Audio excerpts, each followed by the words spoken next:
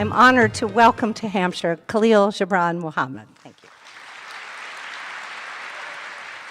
Let me begin with an argument in our present made by a contemporary observer, a columnist for the New York Times named Charles Blow, of which, of course, so many of you are familiar. He writes, "It is not that the police harbor more racism than the rest of America, but rather that racism across society, including within our police departments and system of justice, has been erected in ways that disproportionately impact poor minority communities." Blow continues, "That is acutely clear in these killings," he writes. "The police are simply instruments of the state, and the state is the people who comprise it.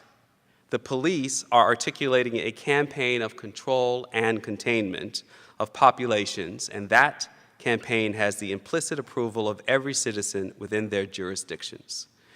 This is not a rogue officer problem. This is a rogue society problem."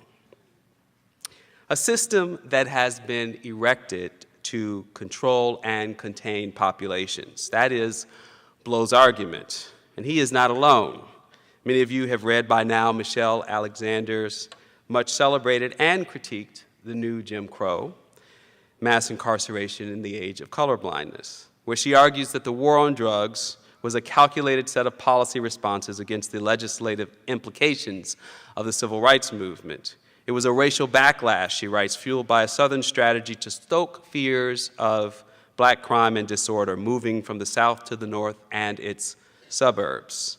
Ta-Nehisi Coates has also written in Between the World and Me of an enduring pattern of destroying black bodies. It is not aberrational, he writes. It is tradition. The questions before us this evening are threefold. Are these contemporary writers correct? Is this a system built to do what it was intended? What is the evidence for and against, and what are we citizens to do about it? Let me say from the beginning that there is no simple answer to these three questions. They may not, in fact, be fully satisfying to the problems we face. But empirical research, for example, as I will suggest, is not capable of solving this problem. It is indeed part of, if not a major contributing factor to the problem. And for those of you who know my work can anticipate the critique here, but hopefully you'll understand why it is such a central pillar in the way that we imagine these problems, both as a consequence of political choices we've made and the limits of our capacity to have different politics. I suspect there may be some here who are impatient even still with such questions. Isn't it obvious, you may be thinking as you recall the Charles Kinney shooting by a police officer with an assault rifle while helping an autistic patient. Kinsey, laying flat on the ground, hands held high, was later told by the head of the local police benevolent association that, quote, "this wasn't a mistake in the sense that the officer shot the wrong guy, or he thought the Kinsey was the bad guy. The movement of the white individual," according to this officer, according to the union official, "the movement of the white individual made it look like he was going to discharge a firearm into Mr. Kinsey, the black guy with his hands held. And the officer discharged trying to strike and stop the white man, and unfortunately he missed the white male and shot Mr. Kinsey by accident." The verbal gymnastics it takes to justify shooting a man laying flat on his back with his hands held high is precisely the kind of cultural wiring that commits us to a notion that the system is fine, that society doesn't have a problem, and that this was indeed, quote, an accident. But since this is a school and proofs matter, making the case is how democracy works. According to the great essayist and novelist and chronicler of America's racial scene, James Baldwin called us to a greater appreciation for the past and the responsibility for reconciling with it. He wrote, "The great force of history comes from the fact that we carry it within us, are unconsciously controlled by it in many ways, and history is literally present in all that we do. For most people, the historical starting point for this question starts with the period after slavery, the moment when Jim Crow was built, including everything from chain gangs to convict leasing. Here is an image from a Southern change gang dated to 1903. White Southerners in this period generally believed that freed people, no longer under the scrutiny and surveillance of whites, were inherently dangerous, some claiming they were reverting to their ancestral condition of savagery. And therefore, it was only natural that these people would first end up in chains and that they would be put to productive use, since being something less than human meant being directed to one's productive or generative labor power. In other contexts, other translators of the incapacity for people of African descent to literally hold their own humanity in their hands use such language as Hinton Rowan Helper when he wrote in The Negroes in Negro Land. He wrote, "Negroes with their crime-stained blackness could not rise to a plane any higher than that of base and beast-like savagery. Seeing then that the Negro does indeed belong to a lower and inferior race, order of beings, why in the name of heaven, why," he pleaded with his readers, "should we forever degrade and disgrace both ourselves and our posterity by entering of our own volition into more intimate relations with him? May God in his restraining mercy forbid that we should ever do this most foul and wicked thing." Now, the full title of Helper's book was as colorful and revealing as his prose. It was The Negroes in Negro Land, The Negroes in America, and Negroes generally. Also, the several races of white men considered as the involuntary and predestined supplanters of the black races, published in 1868. Wouldn't we all love to see such colorful titles communicate so explicitly what you can find between those two covers? Helper was part of an early civil rights backlash to the 13th and 14th Amendments, the notion of moving past race or transcending racism is as old as black freedom itself. Now, this is a key point, a light bulb moment, because although I've used the language of backlash to connect the more contemporary critique of which so many are familiar and which my colleague Naomi complicates, to put it mildly, there is something to be said to this founding moment, precisely because it is the moment for the arrival of people of African descent as ostensible citizens of this particular nation. In other words, there's no moment to recover. We might call it backlash, but indeed it was the moment for the Constitution, literally, of black humanity in this nation, not to be sullied or complicated by any legal regime that would call them anything but citizens. A lot of this story captured in this moment, the arrival of mass freedom, of emancipation, of the end of the Civil War, is familiar. The long shadow of Jim Crow descends, the criminal justice system in the South becomes an instrument of racial control, coercing black complicity with an exploitative and brutal labor regime. Black citizens face sharecropping contracts or prison labor ones. A small elite escaped both, but lived the daily indignities of second-class citizenship. Now, what is less familiar and more telling of how to weigh the arguments of, say, Charles Blow or Marissa Alexander and so many others, or even my colleague who couldn't be here with us today, is what happened in the North, and even nationally, on the question of black fitness for full citizenship and humanity. There is indeed, growing out of this familiar telling, something that many scholars call a myth of Southern exceptionalism in both our collective memory and our historical writing. Until quite recently, that sense of exceptionalism has limited our ability to see a new system and a new society emerging. That system was the use of statistics and empiricism more broadly in the social sciences to make more efficient use of social resources, to be smarter about managing society, and to make legible actual inferiority, and not just, to borrow our own moment, a kind of political correctness of our shared equality. There was, in fact, an early big data revolution accompanying the industrial age, just as there is a new one accompanying our information age. What did it look like? Here we hear the voice of Nathaniel Shaler, then at the time a prominent natural scientist, a paleontologist at Harvard University who wrote for highbrow monthlies such as the Atlantic Monthly. He was a translator in the tradition of, say, a Malcolm Gladwell or Stephen Dubner in blogging, for his podcast, Freakonomics, a way of taking the latest science on this or that and making it digestible for wide audiences. In this 1890 article, the first of many over decades to describe, diagnose, and to prescribe solutions to what was then called the Negro Problem, a problem that had only emerged in the aftermath of slavery. Slavery had settled much of the question of the place and status of people of African descent, the antebellum population being less than 10%, mostly situated in the North, and facing their own predictable lives of segregated and limited fortunes. Here he states, statistics will lead the way to a true understanding of black people's true racial capacity.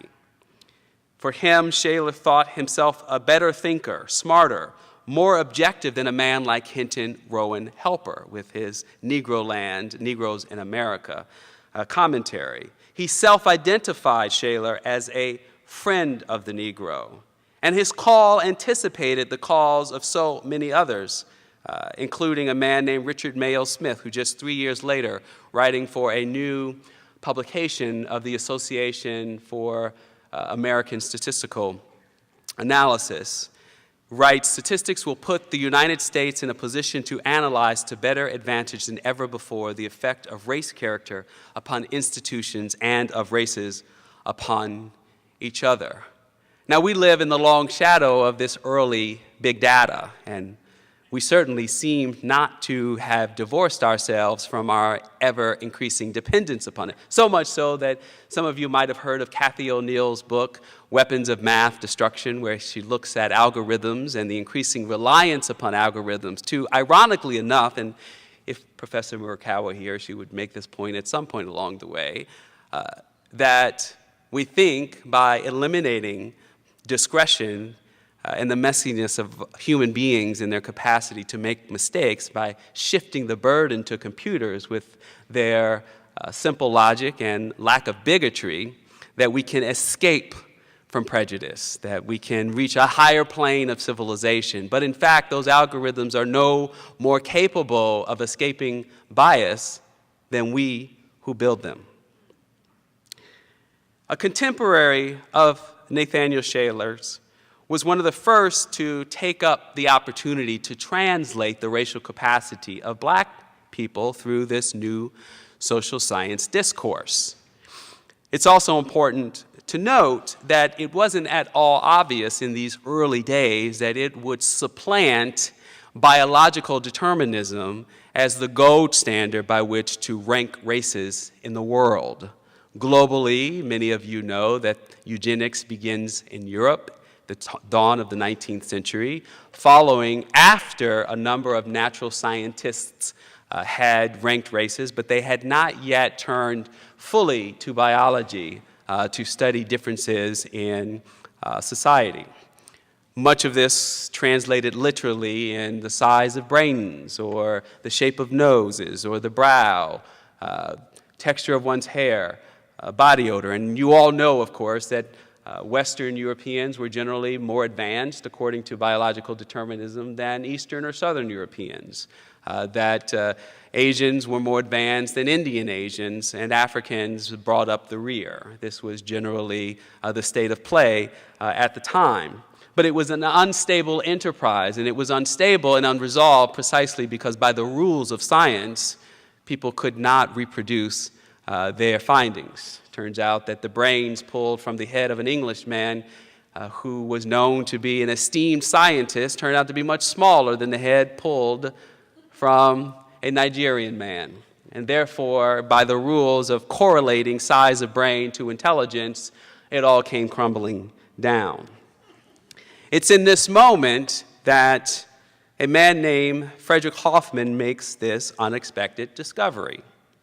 He finds in the United States Census in 1890 that 30% of the prison population, those who had been convicted and were in the system as felons, were African American or black or Negro, and yet black or Negro represented only 12% of the general population.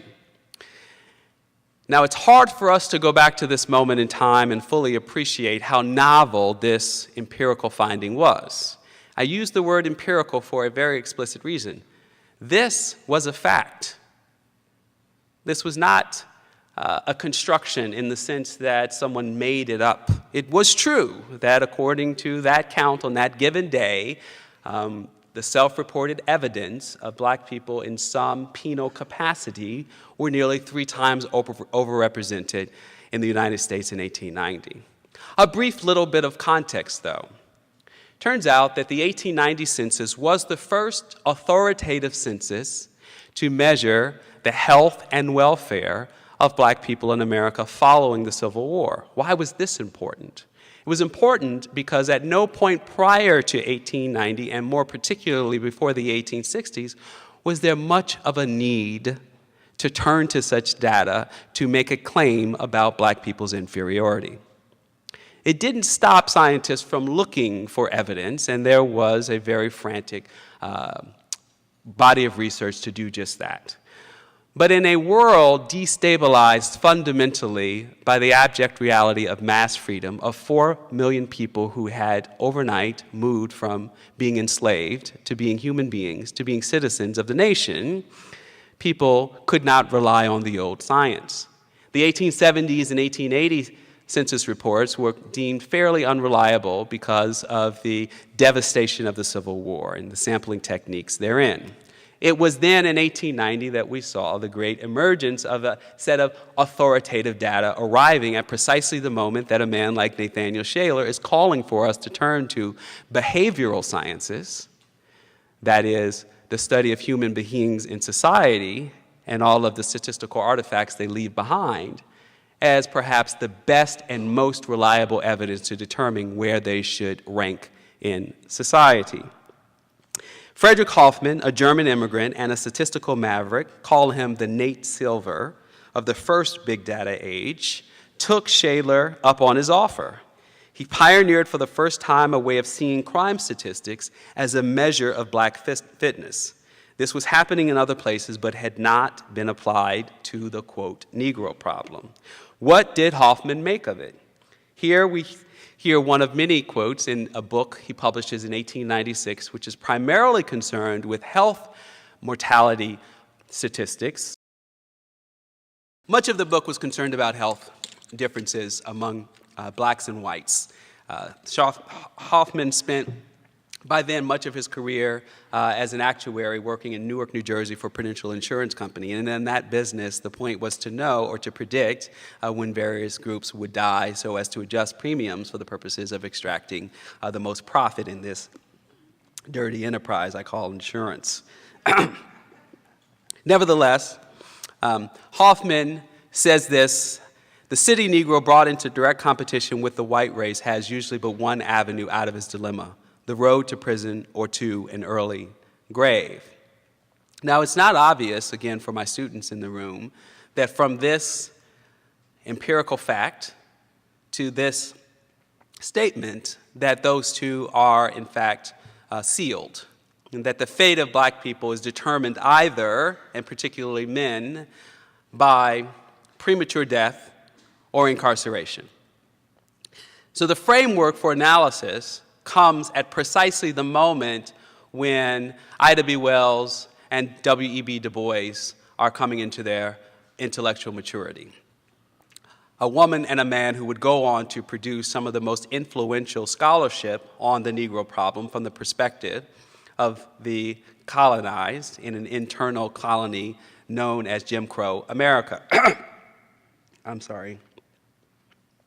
In other words, they were the sample size for proving whether slavery had in fact been a beneficent system lifting up people of African descent, which was the pro-slavery argument, that without the beneficent hand of former masters and mistresses, black people would revert to their ancestral savage condition. Turns out that people like Ida B. Wells and Du Bois, a native Massachusetts, I don't know, how do you even say that? Massachusettsian? Is that correct? We think. All right. Whose, of course, legacy is home here in Amherst, in this town. In other words, for Hoffman, he wasn't just interpreting the obvious. He was making a truth claim, which turned out to be a normative claim about the folly of actually investing in black lives. Now, you don't have to take my word for it, because he went on to say this: I have given the statistics of the general progress of the race in religion and education for the country at large, and have shown that in church and school the number of attending members or pupils is constantly increasing. But in the statistics of crime and the data of illegitimacy, the proof is furnished that neither religion nor education has influenced to an appreciable degree the moral progress of the race. Now let me translate. Black male incarceration rates and black female illegitimacy rates, all data points that were increasingly in vogue, responding to Shaler's call and so many others, returning to demographic data and statistics, had already proven that the first generation of black people born since the end of slavery had disqualified themselves from liberal interventions and institutions that might actually help close the gap between their subjugation and their new citizenship.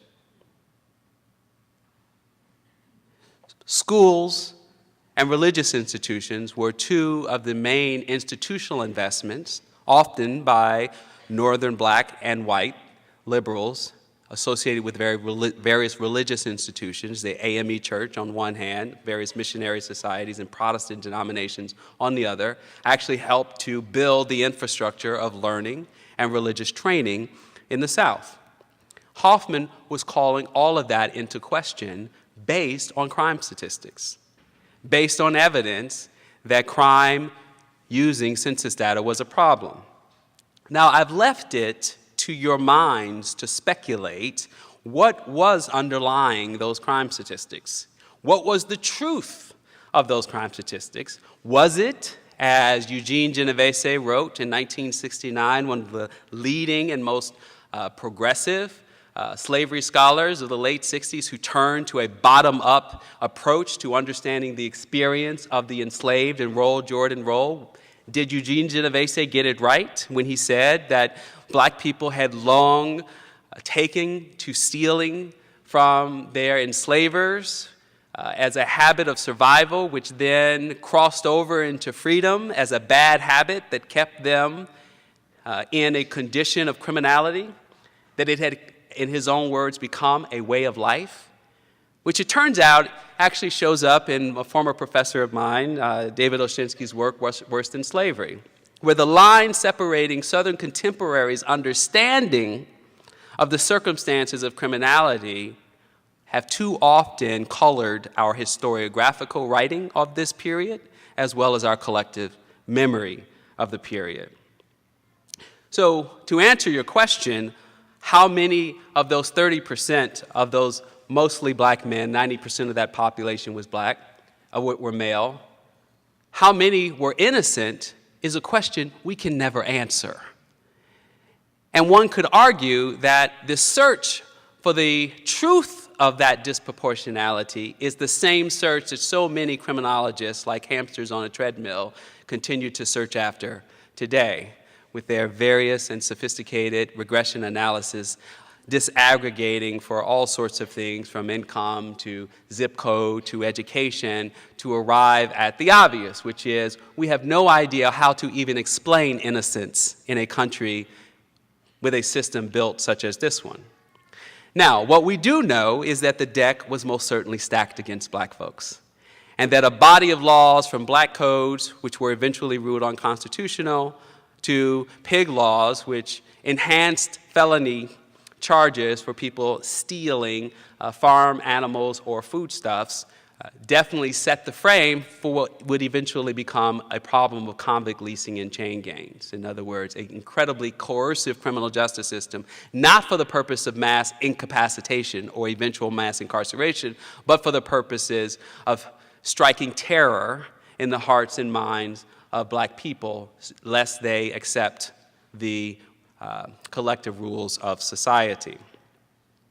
When Hoffman then uses that context, when Hoffman then uses those statistics, divorced of a context, call it a political economy of punishment, he sets in motion a set of practices that we are very much stuck with to this day. He was not alone in repudiating the idea that even through education, black people might find their ways to better living. But instead, others caught on to this framework. Here we hear from James K. Vardaman, who was then a proud Mississippi governor. Usually he's a foil for a kind of explicit racism for white Southerners of this time period. But what I'm trying to show you is the line separating a liberal German foreign-born immigrant who finds himself smack dab in the middle of Newark, New Jersey, which was a bustling industrial town at the time, and a Mississippi governor is much thinner and porous than we'd like to think. Here, Vardaman says, to school the Negro is to increase his criminality. Official statistics do not lie, and they tell us that the Negroes who can read and write are more criminal than the illiterate. In New England, where they are best educated, they are 4.5 times as criminals as in the Black Belt, where they are most ignorant. The more money for Negro crime, the more money for Negro education, the more Negro crime. This is the unmistakable showing of the United States Census. We shouldn't be surprised then, of course, that most of the nation didn't take seriously educating African Americans one generation after slavery, when this official logic was circulating all around the nation. But again, the most important thing here is not to put James K. Vardaman in a very familiar category of a racist Southerner from the turn of the 20th century who helped to build Jim Crow and to limit the hopes and dreams of African Americans or to diminish black life, but in fact that his gesture to authority is the official statistics of the census. That is what remains the bedrock of the same framework that we continue to debate today. Now, we shouldn't be dismayed at the thought that black people didn't resist this moment as it was unfolding, that the agency of those to see their actual circumstances and conditions in the moment gives us great insight into how much we have failed them in listening to what they actually said was a problem. Here's Kelly Miller, the first sociologist at Howard University, then the most prestigious, though fairly young, Research One University as part of the historically black colleges and universities, most of which were founded after the Civil War. It was just the kind of place that represented the commitment to building institutions of higher learning for the formerly enslaved. It was just the kind of place that represented a kind of liberal intervention that would help to improve the life chances for people of this community. So Howard University's sociology, Kelly Miller, responding to this debate about whether education created criminals and it might be a waste of time, had this to say. The first thing he did was to acknowledge that black men are indeed, or were indeed, 5 times more likely in Massachusetts, here in this state, to serve time than in Mississippi. That might be a little bit scary if you're a native to this state and you've always assumed that Massachusetts has been a liberal bastion of civil rights. But hold on, Kelly Miller wasn't finished just yet. He pointed out that it's not so much that Massachusetts isn't as liberal as we think it is just is more punitive than we think it is. Turns out that this great state punished white men 10 times more than Mississippi punished white men.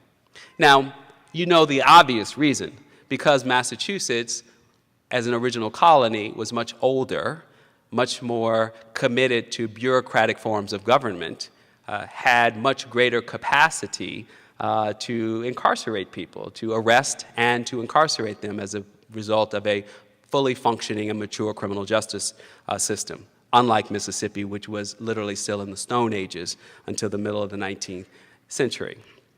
So here is what he said in response to this different reading of statistics. He said, did education make Northern whites criminals too, relative to their Mississippi counterparts?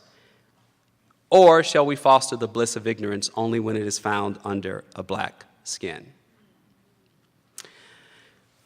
In 2010, the U.S. Census reported this number. 40% of the nation's prisoners were black, and they represented 13% of the general population. One could argue that not much has changed between 2010 and 1890. But everything has changed in many ways, but not perhaps for the better. Here is what John Edwards said in the 2008 presidential race, responding to that number.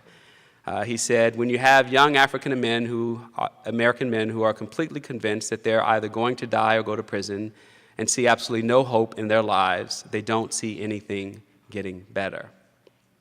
The formulation then, in this case, from an avowed Democratic liberal about the concern and crisis of premature death and imprisonment leaves us wondering, did in fact Hoffman's observation set in motion a reality?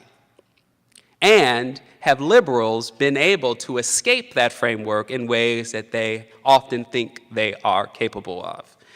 Now, I'm going to turn to this next slide precisely because it is a central theme in Naomi Murakawa's work.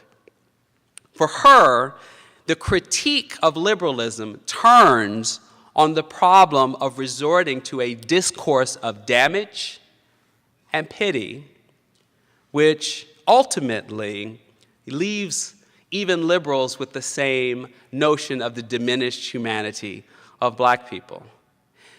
She builds from there on the problem of complicating the backlash thesis, because what she says, and of which I agree, that the backlash thesis leaves us putting all of the problem of racial animus, one, on bigotry and individual culpability, political manipulation, but for her, she says, racial criminalization has been happening in the full light of day.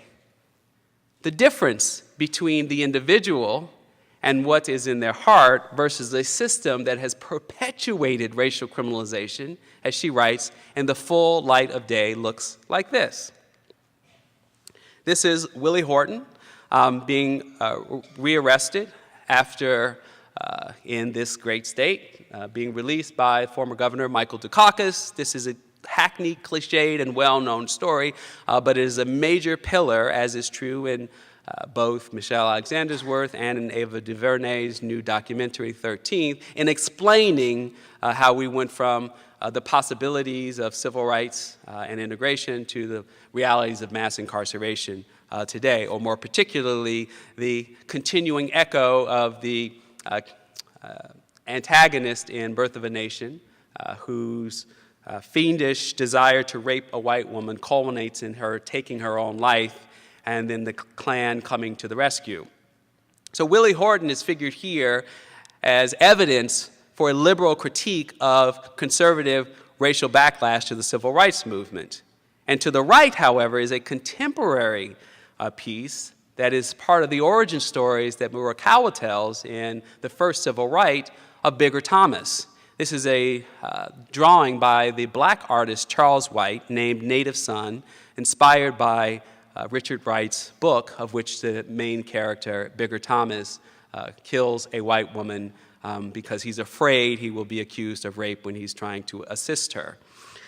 The plot is, of course, a critique of racism in Chicago, Illinois, written from a very strong left analysis. But the point of saying that racism damages and produces damage is so beautifully captured in Charles White's illustration here. Naomi writes in her analysis of this moment, if conservative racialization is exemplified in Willie Horton, liberal racialization is exemplified and Bigger Thomas. This is what makes her work provocative, precisely because it implicates what has made us far too comfortable in our distinctions between our understanding of racism causing damage and therefore criminality as a symptom of it, versus conservatives who starred with personal responsibility, racial inferiority, and a punitive response to deal with people who are damaged. But in both cases, blackness is forged to criminality as a problem in society. It is not society's problem, it is them. So what better way to see this unfold on the grandest and biggest scale than to see what New York City has been making of all of this history and where it sits in relationship to this history over the past decade. This is a typical CompStat scene that played out over many years under the leadership of Michael Bloomberg and Commissioner Ray Kelly. CompStat, as you know, is visualizing data software that looks at where reported crime is happening in various spaces of an urban or geographical region. The idea being that if we can identify where the calls are coming from and arrests are being made, we can put more eyes on those corners and in those communities for the purposes of preventing crime. Tied back to broken windows and zero tolerance policing, both engineered as a theory in 1982 by James Q. Wilson and George Kelly, but in truth, something that had always been part of the experience of being black in America. The notion, one, presumptively that they are more criminal, and two, that they ought to be contained or controlled, was not invented under Mayor Michael K. Bloomberg. But yet, it does represent a way of taking a liberal, happens to be a Republican who was once a Democrat, so partisanship here is not the issue, of the most liberal city, arguably, and certainly the most cosmopolitan one, and certainly one with a rich history of black resistance, much of the civil rights movement and anti-racist struggles since, and anti-bias movements more generally have depended upon New York's wealth, if not its own leadership, to help make those movements possible. So how could it be that in a place like this, policing has been a contributing driver to these huge disparities in incarceration rates? None of this is new to you. This is the moment we live in. But just for illustrative purposes, here is a typical census analysis of incarceration rates with whites at 678, Latinos at 1775 per 100,000, and blacks at 4,347. The relationship between CompStat as a new policing practice really followed and practiced all across the nation, and these disparity rates have been the subject of much contemporary research. Here is what the argument looks like out of the mouths of a Michael Bloomberg or so many others. Here are violent crime rates in 1985, peaking in the early 90s between 1991 and plummeting since then. 1990 to 91 was about the beginning of broken windows policing, first practiced under Mayor Rudolph Giuliani.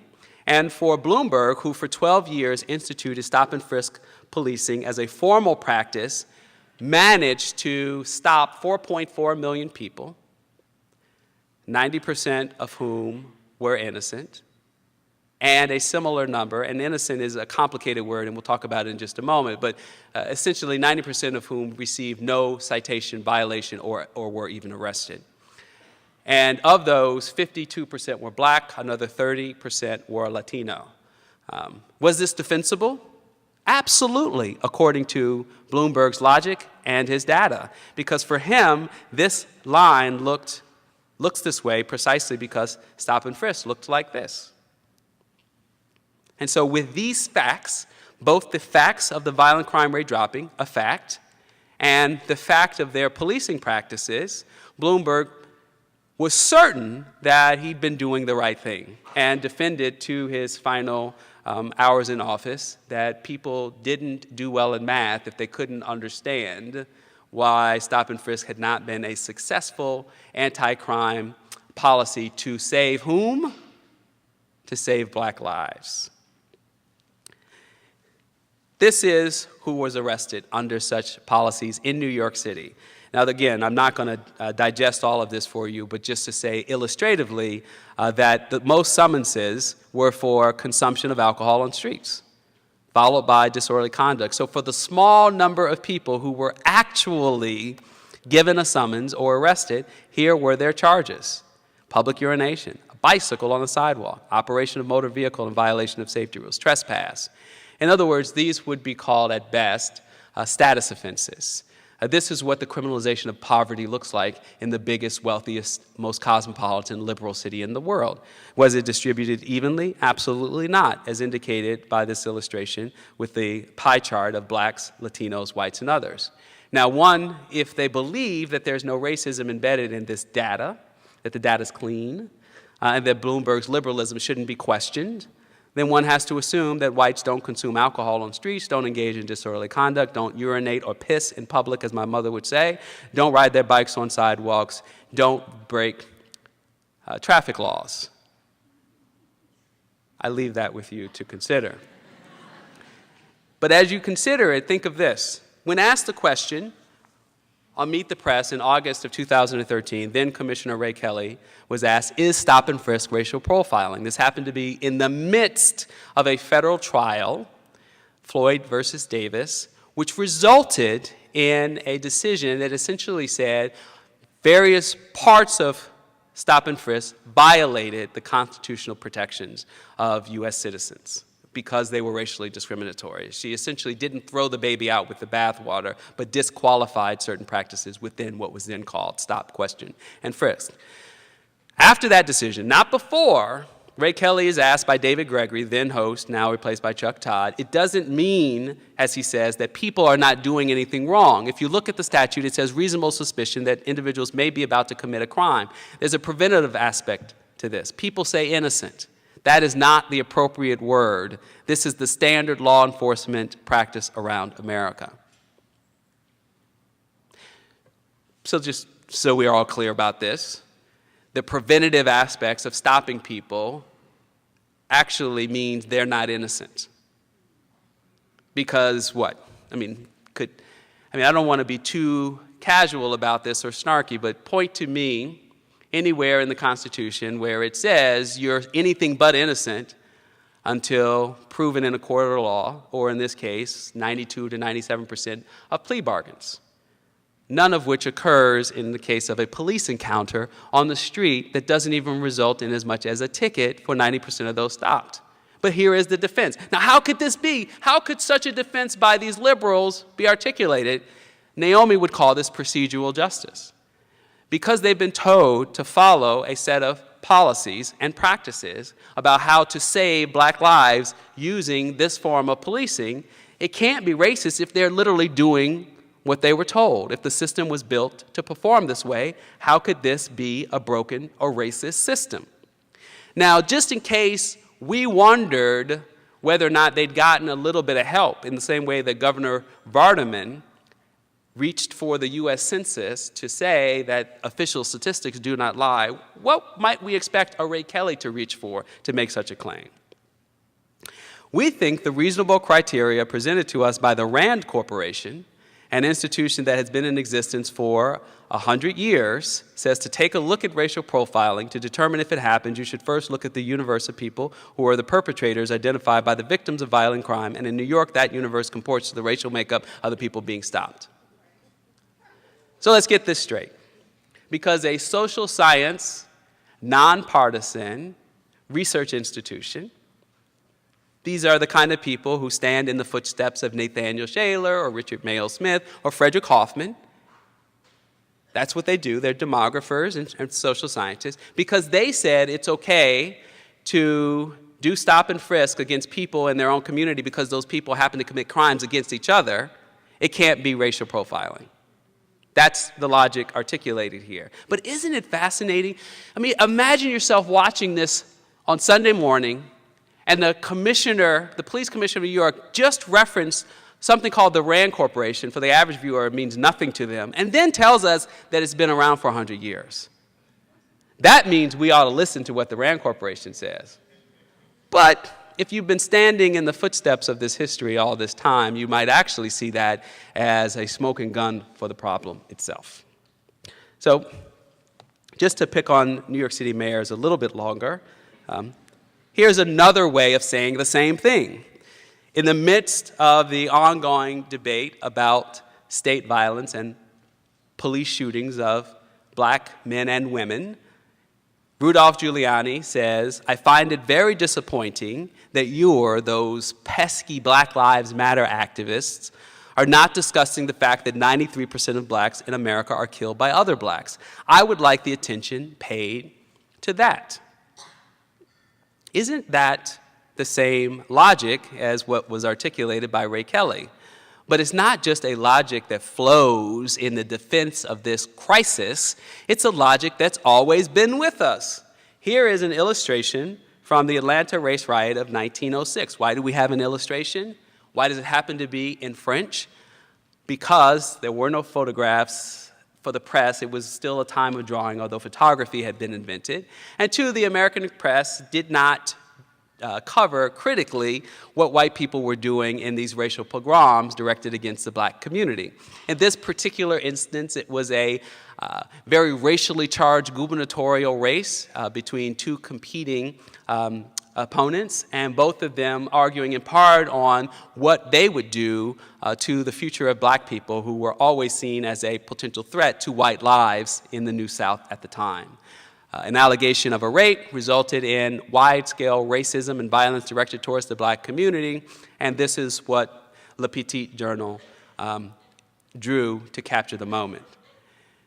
A year later, in a conversation that Ida B. Wells, the most prominent anti-lynching activist at the time, had with a white female suffragist, a liberal white woman, squarely in the tradition of progressivism, working with Ida B. Wells on a number of issues around women's suffrage and the club movement, has this to say in the midst of people talking about what had occurred in Atlanta the year before. She says this to Ida B. Wells: "I don't know what we can say about this terrible affair, but there's one thing I can say, and that is to urge all of you to drive the criminals out from among you.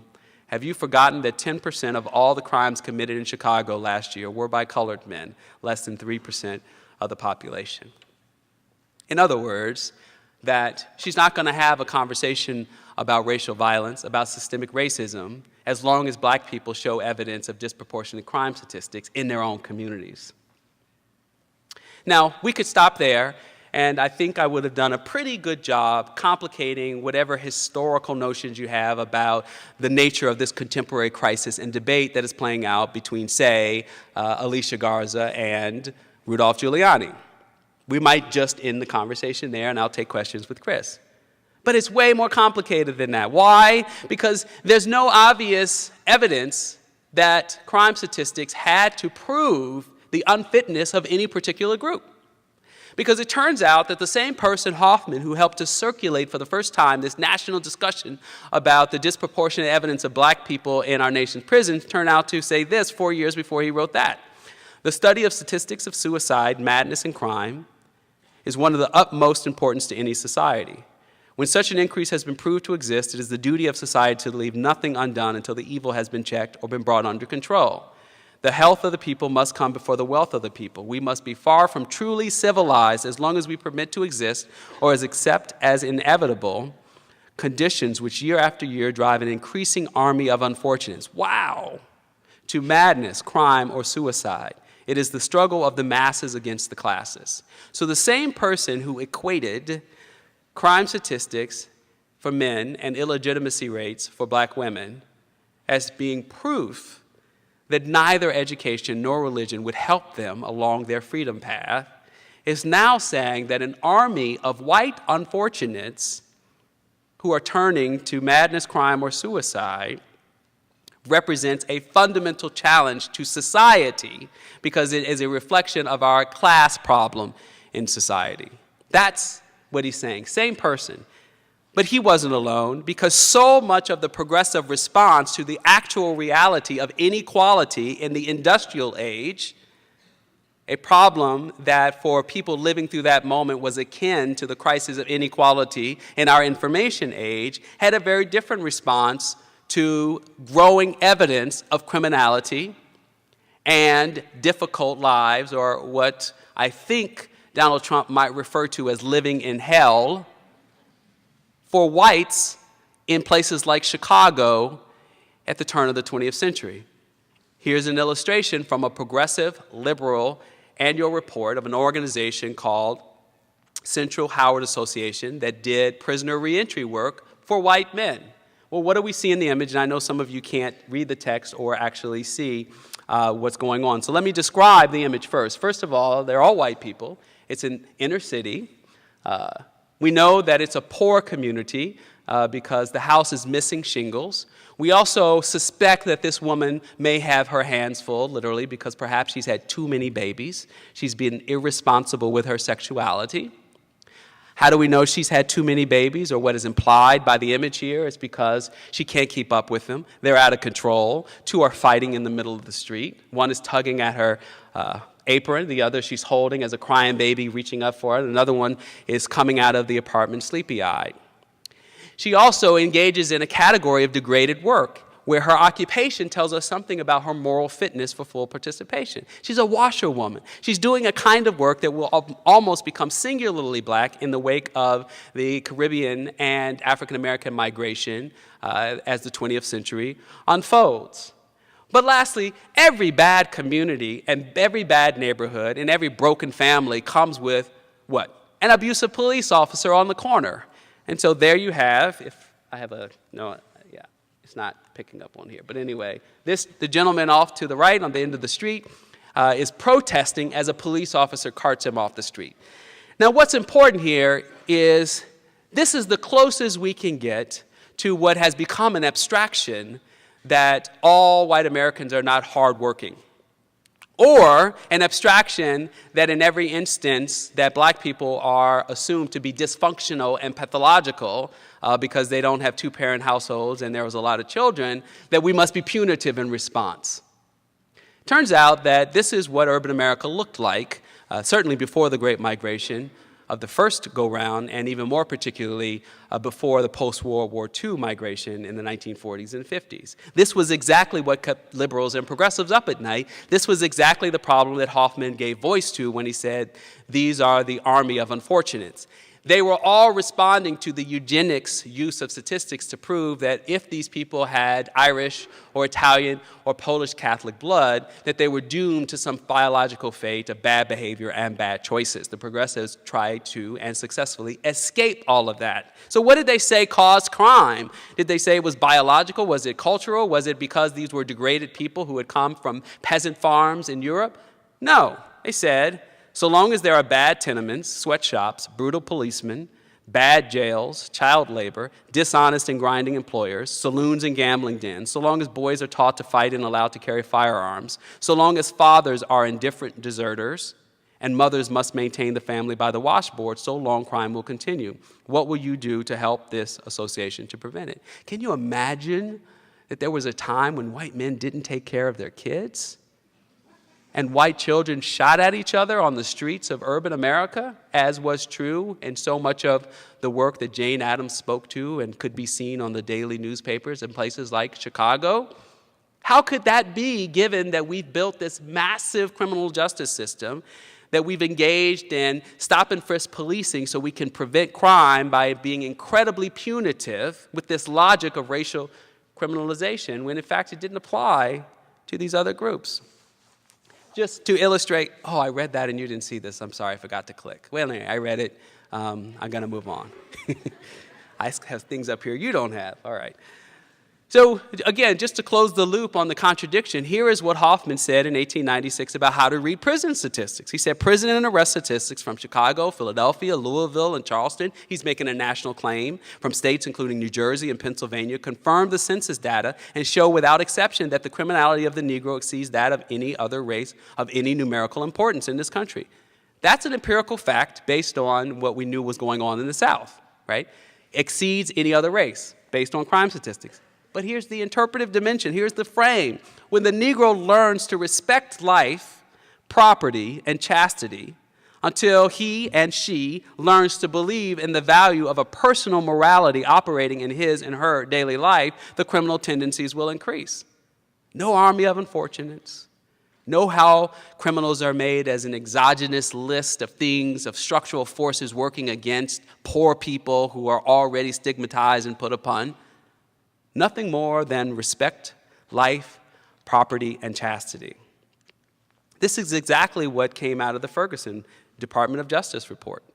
City officials have frequently inserted that the harsh and disparate results of Ferguson's law enforcement system do not indicate problems with police or court practices, but instead reflect a pervasive lack of personal responsibility among certain segments of the community. You might be compelled by this. You might not like that Mike Brown had committed a kind of strong armed robbery by snatching cigarillos out of a store and taking them from a bodega clerk. But it's not obvious that Mike Brown deserved to die that day as a result of that. It's not obvious that it should even be used as evidence that he was a bad actor. Because if we saw too many Mike Browns and too many Fergusons, maybe it might say something about the air we breathe, the system that operates, the racial criminalization that produces either a Willie Horton on one hand or a bigger Thomas on the other, depending on where you fall in relation to the Mason-Dixon line in America. So this is an old pattern. I'm going to fly through a bunch of slides only to give you, particularly students, a lot of reason to go to history. So in the midst of Chicago's race riot of 1919, which was an attack by whites against the black community for fear that blacks were taking their jobs, stealing their freedoms, and encroaching on their residential space and their own sense of whiteness and propriety over their fragile lives that they were already leaving in that industrial mecca, it wasn't whites who were being stopped and frisked and searched for weapons in the midst of defending themselves against a racial pogrom, but it was blacks. And so police searched African Americans for weapons during the Chicago race riot. 3 years later, we saw the first of many reports in the spirit of the Ferguson report today, or the Baltimore report that came out a few weeks ago, or the Charleston one that the Philadelphia one that came out a little bit before that. It's a whole genre of reports all onto itself in terms of pointing out the obvious, which is that police have been engaging in systemic racism and racial profiling of the black community. But in Chicago, they pointed this out a long time ago by a lead author, a black sociologist named Charles S. Johnson. In this report, criminal justice officials were more likely to arrest Negroes more freely than whites, to book them on more serious charges, to convict them more readily, to give them longer sentences. Municipal court judges stated that he personally knew about certain police who were going into Negro clubs and arresting Negroes they found there, bringing them to court without a bit of evidence of any offense. Now, the obvious thing was, if it was racist then, which most of us would like to think it was, and to take him at face value, why would Michael Bloomberg's same policy be any less racist today? Since, of course, if Trump were to win, he's calling for the nationalization of a new and improved stop and frisk. Wasn't just the Chicago riot report. A black woman named Anna Thompson did some research of her own in Philadelphia in 1924. 4% of Philadelphia's black population made up 25% of that city's arrest. Most people arrested for suspicious characters, the kind of thing like disorderly conduct, public urination, all of that stuff. She called these needless arrests and gave a couple of examples. In one example, 10 people arrested, including 4 women for being at home. Another example, Harry and Moses picked up separately for being on the street for low-level, quote, vagrancy enforcement, the kind of stuff that got a lot of black people in trouble in the Jim Crow South when they were moving in between jobs, were presumptively criminals since they weren't accountable to a white person. And another researcher, who was the national research director, noted after looking all over the country that this was the standard pattern. Another report in 1927 looked at the disproportionate evidence of police killing black people. 30% of all deaths were represented by black people in Chicago when they were only 5% of the population. The kind of evidence that the FBI is starting to collect now, 90 years later? Was it like, oh my gosh, nobody told us that this might be helpful to us? Part of this report was inspired by the killing of a 16-year-old Alfred Lingo who was accused of stealing from a store. When the police showed up, they killed him in a hail of 35 bullets. Data which remains elusive today given the ideological state. So ultimately, we didn't actually advance a data agenda to capture white supremacy or racism, precisely because the data that we were collecting was supporting white supremacy and racism. This would have been counter data, a counter narrative. And of course, that's the struggle that is playing out right now in Black Lives Matter. Here's a political cartoon from Philadelphia showing how blacks are interpreting their experience in relationship to policing. And so I love this evocation of the home of a Philadelphia taxpayer of color. First taxpayer, then happens to be black. Taxpayer is not a category for white nationalists to own as some articulation of their propriety over the rest of this country. And so black people in 1929 are defining themselves as taxpayers and then inverting the racial script by describing white Europeans as descendants of the Stone Age, this kind of Neanderthals and throwbacks. And then the police there who are not doing their job in protecting the taxpayers by saying in this dialogue bubble they should not have moved into this section. So they're punished essentially for challenging the racial geography of a then rapidly changing urban America. Harlem Riot Report says essentially what I'm about to show you, the Kerner Commission report. They are literally almost to the point the same. So here's the actual text of the Harlem Riot Report, which was the first instance where blacks engaged in what's called police or commodity riot, where they directed their attention, provoked by police violence against police and against white businesses in their community, happened in Harlem in 1935.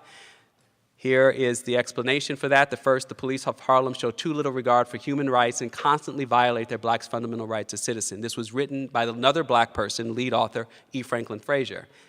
This is what the Kerner Commission said in 1968, 33 years later. Better treatment of citizens to ensure proper individual conduct, more police protection of residents, independent citizen review boards, citizen input on new guidelines for aggressive patrol to minimize the harm of stop and frisk practices, develop community policing. How could we possibly allow president or candidate, that's a Freudian slip, candidate Clinton or her vice presidential candidate get away with saying community policing is going to save us? If in fact community policing was called for 50 years ago, it's not about community policing. It's about listening to the people in the community and letting them define how police should be accountable to them as taxpayers of that community. And that's not community policing in the way that police understand it. What passes for police or community policing for police officers is holding town hall meetings to listen to elderly residents report on crime in their community. That's what they think community policing is. So because he's such a great foil, responding to Black Lives Matter, here's Giuliani again. It's because blacks commit murder 8 times more per capita than any other group in our society. And when I assigned police officers with Commissioner Bill Bratton, we did it based on statistics. We didn't do it based on race. If there were a lot of murders in a community, we put a lot of police officers there. Again, people who are critical of policing and mass incarceration are often accused of avoiding the actual violence that causes premature death in the black community. If you read condemnation, you'll recognize that that in fact is not the case in my work, but more particularly, you'll recognize that what I am saying precisely is that a punitive response to premature death among people who are doing harm to themselves and others is precisely the opposite response that our own history shows was the case when it was whites killing whites in urban America. Yet, as we speak, we are doubling down on predictive policing algorithms and more use of data to advance what we think are race-neutral policies and practices, but only inscribe and enshrine the same bigotry and racism that is already reflected in police practices. So here, CompStat 2.0 is already being rolled out in part in support of DOJ policies. If my colleague, Professor Murukawa, were here, she would point out that often liberal reforms have created systems that are more insidious, more difficult to undo, precisely because they don't wrestle with or reconcile racial criminalization. So here, coming out of Pittsburgh is a new policing crime forecasters policy, and you note here in an article by Science Magazine, noting police car laptops will display maps showing locations where crime is likely to occur based on data crunching algorithms developed by scientists at Carnegie Mellon. This is the same thing as the US Census tells us this. It's the same thing as the Rand Corporation tells us this. Now we've got fancy, smart scientists at Carnegie Mellon who say it's okay to use these things. In 2015, at a Future of Cities conference focused on innovation, technology, environmental sustainability, and so forth, all the kinds of stuff that makes us very excited that the future is going to be better than the past, Bill Bratton spoke about the latest crime-fighting tools the NYPD would soon unleash. With a broad smile, I was there, I watched this with my own eyes, and supreme confidence, he likened CompStat 2.0 to the 2002 film Minority Report, released right at the beginning of NYPD's Stop, Question, and Frisk, a movie starring Tom Cruise as head of a pre-crime unit set in Washington, D.C. in 2054. Individuals with precog ability see murders before they happen, for those of you who have not seen the film. The future crime is a guarantee, according to the premise of the film, which is based on a book. Therefore, Tom Cruise and his team are legally empowered to make the arrest to prevent the crime. Bratton described gleefully CompStat 2.0 as his version of the Minority Report. The double meaning of the title of the film and these future reports focused on racial minorities surely escaped the braggadocious Bratton. But note, the certainty that the individual being stopped will ultimately prevent a future crime is the same thing as saying every 16-year-old shaken down for ID or asked to empty their pockets is a means of getting them in the system to anticipate that that person might eventually kill somebody. That's what racial criminalization means. The assumption that every black child is a future murderer is precisely how Bratton's policies, which have garnered him praise for being America's top cop, and my colleague Mikael Siegel has written a book that will come out soon that looks at exporting the logic of American policing in Latin America and around the globe, is exactly the vision captured by this new policy in Pittsburgh. James Baldwin wrote 52 years ago in The Fire Next Time, "This is the crime of which I accuse my country and my countrymen, and for which neither I, nor time, nor history will ever forgive them. That they have destroyed and are destroying hundreds of thousands of lives and do not know it and do not want to know it. But it is not permissible that the authors of devastation should also be innocent. It is the innocence which constitutes the crime." In Ta-Nehisi's work, evocative of Baldwin, continuing a tradition as Toni Morrison described in her reading of Between the World and Me, and you know now, if you did not before, that the police departments of your country have been endowed with the authority to destroy your body. It does not matter if the destruction is the result of an unfortunate overaction. It does not matter if it originates in a misunderstanding. It does not matter if the destruction springs from a foolish policy. Sell cigarettes without proper authority, and your body can be destroyed. Turn into a dark stairwell, and your body can be destroyed. The destroyers will rarely be held accountable. Mostly, they will receive pensions. If you agree that Du Bois and Baldwin and Wells had it right 100 years ago, the only thing that stands in the way of solving the problem of racial criminalization is the choice to end it. There is no distinction between our language of racial disparity and racism, in whom we police, how we punish them, and the logic that makes it possible to live with such vast disparities. You cannot accept Du Bois and discard Coates, and you cannot admire Wells and ignore Morikawa. Sandra Bland and Terrence Crutcher and Keith Scott may not get justice now, but what of their next victims? Now, as a final coda, I've included here a visualization, its own kind of map.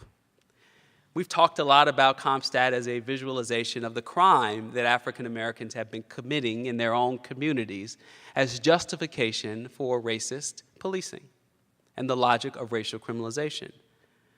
But this is a map deployed for quite a different purpose. This is a map that tells the story not of criminality growing exponentially across the nation in the same way that Hoffman described what was going on according to census reports in Philadelphia or Charleston in New Jersey or Pennsylvania, but the crisis of drug overdose deaths in America, rippling across so many white and rural counties in America. We're seeing a very different logic play out in the midst of so many who wonder why the crack epidemic didn't elicit such compassion as articulated here by Governor Chris Christie in New Jersey, or why Governor LePage in Maine didn't pin it on some Italian mobster more recently instead of D-Money and Smoothie, who are coming up 95 to poison the communities of which heroin is causing premature death and a crisis of crime in too many communities. Chris Christie here says addiction is an illness and is something we can beat if we give people the tools and support they need to overcome this disease, and if we choose to free people from the stigma of addiction and recognize this as the public health challenge it truly is, we can help people to reclaim their lives. We can find the true measure of our compassion. The investment we're making will change lives and get more people into treatment earlier instead of the emergency room or prison later. It's the fiscally responsible thing to do, and it's the morally right thing to do. Isn't that exactly what Hoffman said when he said, with this great army of unfortunates,